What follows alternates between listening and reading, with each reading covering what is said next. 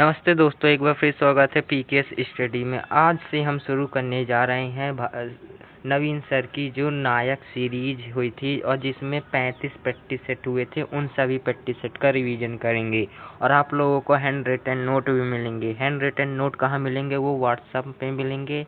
और व्हाट्सएप में जो डिस्क्रिप्शन में है वहाँ नंबर है, व्हाट्सएप नंबर, वहाँ जाकर मैसेज करिए और आप लोगों को पीडीएफ मिल जाएगी। ये फर्स्ट क्लास है अपनी, तो चलिए शुरू करते हैं बिना समय गवाए। तो देखिए, ये सुंदर सुंदर नोट आप लोगों को व्हाट्सएप में मिल जाएंगे। तो आप लोगों को क्या करना है, डिस्क्रिप्शन में जो नंबर है वहाँ जाकर आप लोगों को मैसेज करना है उस नंबर पे और आप लोगों को पीडीएफ मिल जाएगी। तो चलिए स्टार्ट करते हैं। देखो, पहला क्वेश्चन, 2010 में इसके उत्कृष्ट मूल्य और भेद्यता को देखते हुए यूनेस्को ने एक सदियों पुराना अनुष्ठान नाटक मोदियट्टू को मान्यता की अमूर्त सांस्कृतिक विरासत के रूप में मान्यता दी है। तो ये क्या है? ये है केरल की। मोदियट्टू कहाँ का है? ये है केरल का है। अब चलते हैं आगे, जानते हैं। तो देखिए, यूनेस्को द्वारा मान्यता प्राप्त अमूर्त सांस्कृतिक विरासतों की संख्या कितनी है? 15 है। और यूनेस्को द्वारा मान्यता प्राप्त मूर्त विरासत, ये अमूर्त सांस्कृतिक विरासत है, ये मूर्त सांस्कृतिक विरासत है, ये है 42, जिसमें से सांस्कृतिक है 34, प्राकृतिक है 7 और मिश्रित है 1, जो कि है कंचनजंगा। ठीक है, कंचनजंगा कहाँ है ये आप लोगों को कमेंट करके बताना है। तो चलिए चलते हैं आगे। अमूर्त सांस्कृतिक विरासत, देखो, कुटियाट्टम, वैदिक जपमाला और रामलीला, इन्हें 2008 में यूनेस्को में शामिल किया गया था। और ये कुटियाट्टम ये कहाँ का है? ये केरल का है। छऊ जो है, छऊ और कालबेलिया और मोडियट्टू, इन तीनों को 2010 में शामिल किया गया था यूनेस्को में। और अन्य की बात करें तो योग को 2016 में शामिल किया गया था। कुंभ मेला जो 2017 में शामिल किया गया था। दुर्गा पूजा को 2021 में शामिल किया था। दुर्गा पूजा ये 14वीं है। ठीक है, और 15वीं कौन सी बनी है? तो 15वीं बनी है गरबा, जो कि ICH में शामिल हुई है यूनेस्को में। अब चलते हैं नेक्स्ट क्वेश्चन की ओर। लाहो किस राज्य की नृत्य शैली है? तो लाहो जो है मेघालय की नृत्य शैली है। मेघालय की अन्य नृत्य शैली जैसे कि नोंग क्रेम हो गया, बेहिंदी खलम हो गया, साध सुख हो गया और बांग्ला हो गया, और इधर खांसी है। ठीक है, खांसी ये आपको दिखा दे रहा हूँ, ये है खांसी। ठीक है, अब चलते हैं थर्ड क्वेश्चन की ओर। गंगूबाई हगन का संबंध मुख्य रूप से किस घराने से है? तो ये है किराना घराने से। इस किराना घराने का संबंध मुजफ्फरनगर से है, यूपी से। किराना घराना के संस्थापक करीम खान थे। और किराना घराना के कलाकार की बात करें तो बलदेव सिंह बाली, अब्दुल वाहिद खान, भीमसेन जोशी और उपेंद्र भट्ट जी हैं। ठीक है, अब चौथा क्वेश्चन, हरशंकर भट्टाचार्य के उस्ताद हैं, कौन है? तो ये हैं, ये उस्ताद है, सितार के उस्ताद है। ठीक है, सितार से और कौन कौन से कलाकार संबंधित है? तो देखो, सितार से पंडित रविशंकर जी संबंधित है, निखिल बनर्जी संबंधित है, विलायत खान और अरविंद पारेख, ये सभी सितार से संबंधित हैं। अब चलते हैं, देखो, वायलियन के कलाकार के सुब्रमण्यम हैं और के वैद्यनाथ हैं। संतूर के कलाकार शिव कुमार शर्मा हैं और भजन सोपोरी हैं। सारंगी के कलाकार बुंदू खां हैं, सुल्तान खां हैं। अब क्वेश्चन नंबर 5वां, चिथिरई उत्सव किस राज्य में मनाया जाता है? तो ये तमिलनाडु में मनाया जाता है। और चित्तार्थी भी तमिलनाडु में बनता है। जलीकट्टू, पोंगल और महामहम और पोथांडू जो है न्यू ईयर है तमिलनाडु का क्या है? न्यू ईयर है। ठीक है, अब चलते हैं आगे। तो देखिए नेक्स्ट क्वेश्चन, भारत ने पहली बार हॉकी में विश्व कप का खिताब कब जीता था? तो 1975 में जीता था। भारत ने केवल एक बार ही हॉकी में विश्व कप जीता है, वो भी किसे हराया था? पाकिस्तान में। अपने भारत ने पाकिस्तान को हराया था।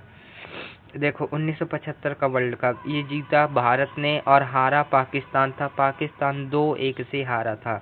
और आयोजक कौन रहा? तो मलेशिया इसका आयोजक रहा। तीसरा वर्ल्ड कप ये हुआ था। और भारतीय टीम के कप्तान कौन थे? तो इसमें अजीत सिंह पाल जो इनके कप्तान थे। पहला हॉकी वर्ल्ड कप हुआ तो ये 1971 में हुआ था। पहला वर्ल्ड कप 1971 में हुआ था, ठीक है। कहाँ हुआ था? तो ये हुआ था बार्सिलोना, स्पेन में। जीता पाकिस्तान था और हारा स्पेन था, ठीक है। हारा कौन था? स्पेन। अब चलते हैं हाल ही में 2023 में वर्ल्ड कप हुआ, तो ये 2023 में हुआ, जगह भारत में हुआ, भारत के भुवनेश्वर उड़ीसा में हुआ। और जीता कौन था? तो जीता जर्मनी था और हारा बेल्जियम था, ठीक है। 2026 में कहाँ होंगे? तो 2026 में बेल्जियम में, नीदरलैंड में होंगे, ठीक है। क्वेश्चन नंबर 7वां, पंजाब राज्य से संगीत का मुखर रूप है। तो टप्पा जो पंजाब का संगीत है, जुगनी, सुहाग, लोरियन और घोरियन, ये सभी कहाँ के हैं? पंजाब के हैं। दुनिया का सबसे पुराना टेनिस टूर्नामेंट कौन सा है? तो विंबलडन है, जो कि 1877 का है। 4 ग्रैंड स्लैम होते हैं।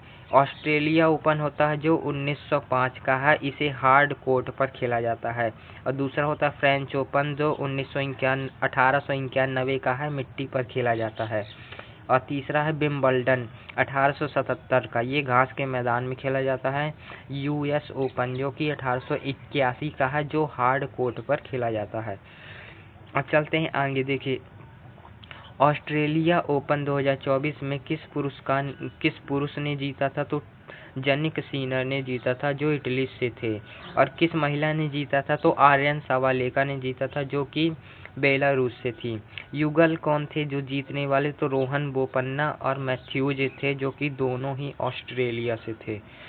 क्वेश्चन नंबर 9, कौन सी पुस्तक है जो बुकर पुरस्कार विजेता किरण देसाई द्वारा लिखी गई है? तो ये है द इनहेरिटेंस ऑफ लॉस है, ठीक है। ये 2006 में इस पुस्तक के लिए इन्हें बुकर प्राइज मिला था। किरण देसाई की बुक एम्बुलेंस ऑफ ट्रांसफॉर्मेशन और हुल्ला बाबा इन गौस ऑर्चर्ड, ठीक है। और अनीता देसाई, इनकी कौन सी पुस्तक है? तो ये है फास्टिंग फीस्टिंग है, और इन कस्टडी है इनकी। संविधान सभा का प्रथम सत्र कब हुआ? तो 9 दिसंबर 1946 को हुआ था। संविधान सभा की स्थापना 6 दिसंबर 1946 को हुई थी और फ्रेंच प्रथा पर आधारित थी। 9 दिसंबर में हुई, तो पहले संबोधक या स्पीकर कौन थे? तो जेवी कृपलानी थे पहले स्पीकर। पहले सत्र में अध्यक्ष कौन थे? जो अस्थायी अध्यक्ष थे, तो सच्चिदानंद सिन्हा थे। और फिर 11 दिसंबर को, ये 2 दिन बाद, स्थायी अध्यक्ष बन गए थे राजेंद्र प्रसाद जी। कुल सेशन कितने हुए? तो कुल सेशन या सत्र 11 हुए। 13 दिसंबर 1946 को उद्देश्य प्रस्ताव किसने पारित किया था, प्रस्ताव पेश किया था? तो ये किया था पंडित नेहरू जी ने। पहला सत्र 9 दिसंबर को शुरू हुआ था और ये खत्म हुआ था 23 दिसंबर को।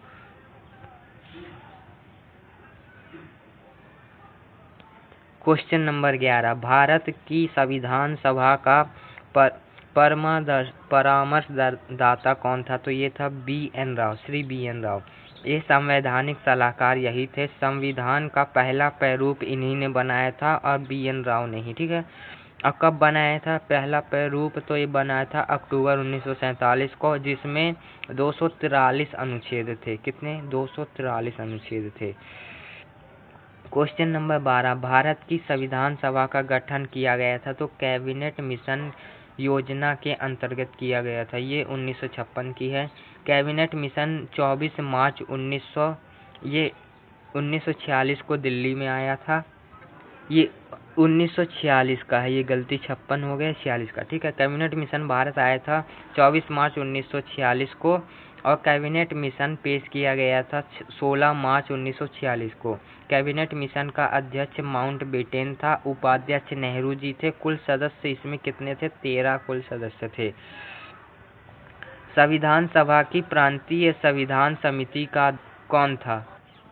कौन थे? तो सरदार वल्लभ भाई पटेल थे। ये मौलिक अधिकारों के लिए सलाहकार समिति थी, उसके अध्यक्ष थे। मौलिक अधिकार के उप समिति जो थी, उसके अध्यक्ष कौन थे? तो जेवी कृपलानी। अल्पसंख्यकों की उप समिति के अध्यक्ष HC मुखर्जी थे।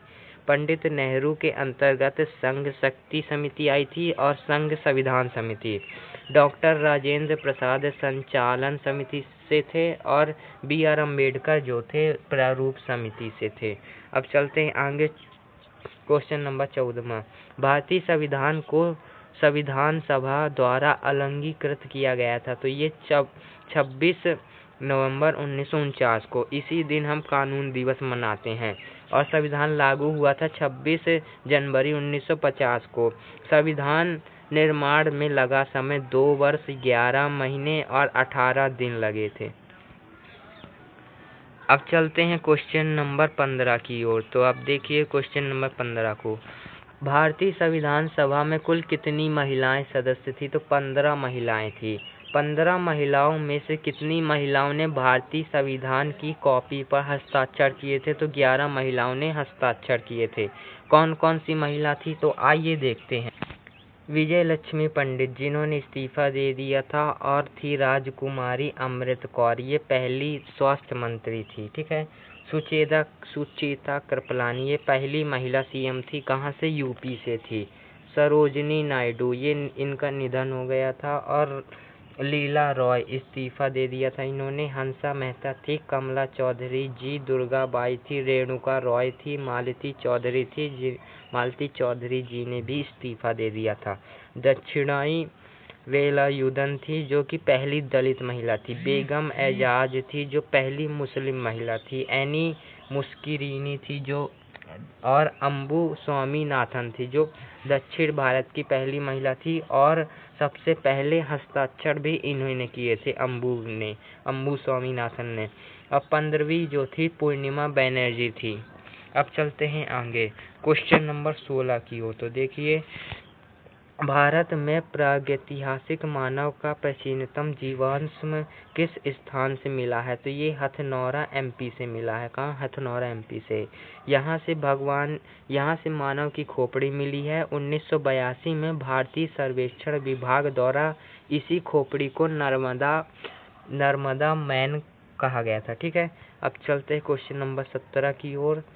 किस भारतीय पुरातत्ववेत्ता ने पहली बार भीमबेटका गुफा को देखा और उसके शैल चित्रों के प्रागैतिहासिक महत्व को खोजा? तो वी.एस. वाडाकर जी ने। ये 1957 में इन्होंने खोजा था। भीमबेटका यूनेस्को में 2003 में शामिल किया गया था। यहाँ पर महाभारत पर आधारित बहुत सारे चित्र मिलते हैं। अब चलते हैं क्वेश्चन नंबर 18वें की ओर। तो देखिए क्वेश्चन नंबर 18, हाल ही में व्यवस्थित कृषि का प्राचीनतम प्रमाण कहाँ से प्राप्त होता है? तो मेहरगढ़ से प्राप्त होता है, जो कि पाकिस्तान में है। मेहरगढ़ जो है बोलन नदी के किनारे है, और यहाँ से गेहूं और जौ के साक्ष्य मिले हैं, गेहूं और जौ के। अब बात करें तो वर्तमान में प्राचीनतम प्रमाण लाहौर देव से मिले हैं, यूपी से, संत कबीर नगर से। ठीक है। यहाँ पर चावल के साक्ष्य मिले हैं लगभग 9000 ईसा पूर्व के। स्थायी जीवन का प्रथम साक्ष्य मेहरगढ़ से मिला है, और पालतू पशु भैंस के साक्ष्य मेहरगढ़ से मिले हैं। मानव द्वारा सर्वप्रथम प्रयुक्त अनाज कौन सा था? तो जौ जो था प्रयुक्त अनाज पहला था। क्वेश्चन नंबर 20 है, नवदा टोली किस राज्य में स्थित है? तो ये एमपी में स्थित है। इसकी खोज जो है HD संकालिया जी ने की थी। लोथल, ये गुजरात में है। सबसे पुराना बंदरगाह इसे कहते हैं, और गोदीवाड़ा बंदरगाह भी कहते हैं, और डेकॉयड कहते हैं। रोपण, ये पंजाब में है। रंगपुर गुजरात में है, और अंतरजी खेड़ा ये यूपी में है, और यहाँ से सबसे पहले लोहे के साक्ष्य मिले थे। धोलावीरा ये गुजरात में है, और बनवाली ये हरियाणा में है। अब चलते क्वेश्चन नंबर 21 की ओर। तो भारत में कितने राज्य तटरेखा पर स्थित है? तो 9 राज्य हैं। 9 राज्य जो है तटरेखा पर स्थित हैं। पश्चिम घाट में 5 राज्य है। पूर्वी घाट में 4 राज्य हैं। सबसे लंबी समुद्री सीमा लगाने वाले राज्य कौन कौन से? तो प्रथम आता है गुजरात, जो कि समुद्र के साथ 1214 किलोमीटर की सीमा लगाता है, और आंध्र प्रदेश 973 किलोमीटर की सीमा लगाता है, और तमिलनाडु 906। गुजरात, ये आंध्र प्रदेश तमिलनाडु हो गया। अब आते महाराष्ट्र, जो कि 652 किलोमीटर की सीमा लगाता है। सबसे कम समुद्री सीमा गोवा लगाता है, और सबसे लंबी समुद्री सीमा यूटी में बात करें तो अंडमान लगाता है, और यूटी में सबसे कम जो है लक्षद्वीप लगाता है। क्वेश्चन नंबर 22, भारत में कन्याकुमारी स्थित है, तो ये भूमध्य रेखा के उत्तर में है।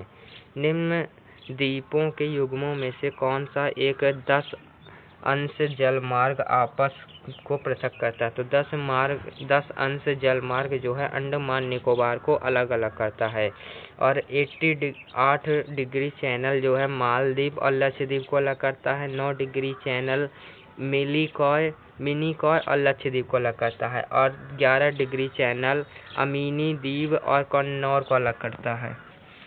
नेक्स्ट क्वेश्चन तो देखिए 24 क्वेश्चन, भारत का सुदूरस्थ दक्षिण बिंदु कौन सा है? तो इंदिरा पॉइंट है, इसे पिगमिलियन पॉइंट भी कहते हैं, पार्सन। भारत में सबसे पहले किस राज्य में सूर्य दिखाई देता है? तो ये अरुणाचल प्रदेश में दिखाई देता है, गोंड गांव में। और भारत में सूर्यास्त कहाँ होता है? गुजरात में सूर्यास्त होता है। भारत की अर्थव्यवस्था है कौन सी? विकासशील अर्थव्यवस्था है। और भारत की अर्थव्यवस्था विकासशील क्यों है? क्योंकि कृषि मूल्य व्यवसाय है यहाँ का, विशाल जनसंख्या है, प्रचंड बेरोजगारी है, और असंतुलित आर्थिक विकास है, निम्न प्रति व्यक्ति आय है। ठीक है, अब चलते हैं आगे। तो देखिए कौन सा लक्षण भारतीय अर्थव्यवस्था का नहीं है? तो प्राकृतिक संशोधन की कमी। भारत में गरीबी का आकलन किसके द्वारा किया जाता है? तो नीति आयोग का कार्यदल होता है, उसके द्वारा किया जाता है। अब चलते हैं क्वेश्चन नंबर 29 की ओर। कौन सी पंचवर्षीय योजना अपने निर्धारित समय पर नहीं हुई? तो 8वीं पंचवर्षीय योजना थी जो अपने निर्धारित समय पर नहीं हुई। पहली पंचवर्षीय योजना 1951 से 56 तक हुई थी, दूसरी 56 से 61, तीसरी 61 से 66, चौथी 69 से 74, पाँचवीं 74 से 78, और छठवीं 80 से 85, सातवीं 85 से 90, और आठवीं 92 से 97, नौवीं 97 से 2002 तक, और 10वीं 2002 से 2007 तक, 11वीं 2007 से 2012 तक, और 12वीं 2012 से 2017 तक। सुमेलित कीजिए। किलोवाट आवर ये विद्युत का मात्रक है, सेल्सियस ताप का है, गुणक रक्त का है, और आर्द्रता मापते हैं हाइग्रोमीटर से, वायुमंडलीय दाब बैरोमीटर से मापते हैं, वायु दाब एनीमोमीटर से मापते हैं। दाब जो है पास्कल से मापते हैं, लेंस की क्षमता डायोप्टर से मापते हैं, ऊष्मा जूल से मापते हैं, रेडियो एक्टिव पदार्थ की सक्रियता बैकुरल से मापते हैं। जल का वाष्प में परिवर्तन कहलाता है भौतिक परिवर्तन। अब भौतिक परिवर्तन वो होता है जो वही अवस्था हमको वापस दे दे, जैसे जल का वाष्प बनना या फिर जल का बर्फ बनना, तावे का तार बनाना। रासायनिक परिवर्तन जिसमें हमें वही वस्तु दोबारा प्राप्त न हो, जैसे दूध का दही बनना और फलों का पकना। क्षारीय विलयन का पीएच होता है 7 से अधिक होता है।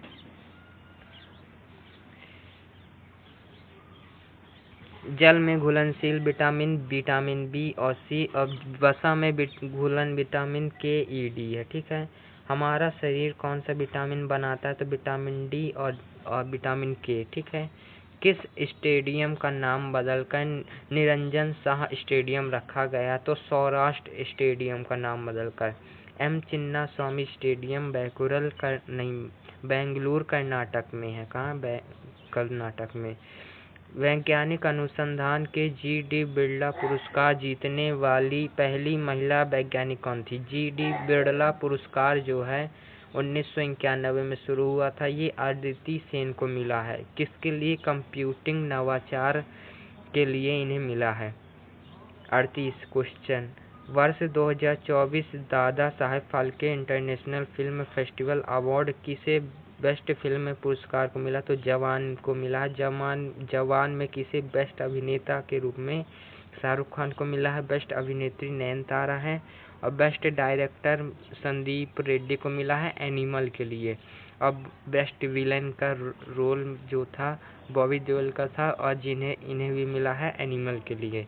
आईसीसी अवार्ड 2023 में किस पुरुष क्रिकेटर को साल का सर्वश्रेष्ठ खिलाड़ी पुरस्कार मिला है? तो पैट कमिंस को।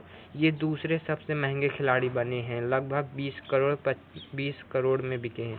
पहले सबसे महंगे खिलाड़ी मिचेल स्टार्क थे। पीएम विश्वकर्मा योजना किस मंत्रालय द्वारा शुरू किया गया था? तो ये सूक्ष्म, लघु और माध्यम उद्यम मंत्रालय द्वारा। इसमें 15,000 रुपये की आर्थिक सहयोग राशि दी जाती थी। तो फ्रेंड्स, इस वीडियो में इतना ही। आज हमने नायक सीरीज के प्रैक्टिस सेट फर्स्ट का पूरा रिवीजन कर लिया है। मिलते हैं प्रैक्टिस सेट 2 में। और प्रैक्टिस सेट 2 एक दिन छोड़कर आया करेगा। प्रैक्टिस सेट जैसे आज आया है तो कल नहीं आएगा, परसों प्रैक्टिस सेट 2 आएगा, फिर परसों नरसों नहीं आएगा। इस तरह आप लोगों को रिवीजन करने का भी समय मिलेगा। और इसकी PDF जो है आप लोगों को पता है कि व्हाट्सएप चैनल पे मिलेगी। व्हाट्सएप को कहाँ मिलेगी, तो आप लोगों को इस नंबर पर क्या है मैसेज करना है और आप लोगों को PDF मिल जाएगी। ठीक है, इस नंबर पे आप व्हाट्सएप मैसेज करेंगे और आप लोगों को PDF मिल जाएगी। मिलते हैं नेक्स्ट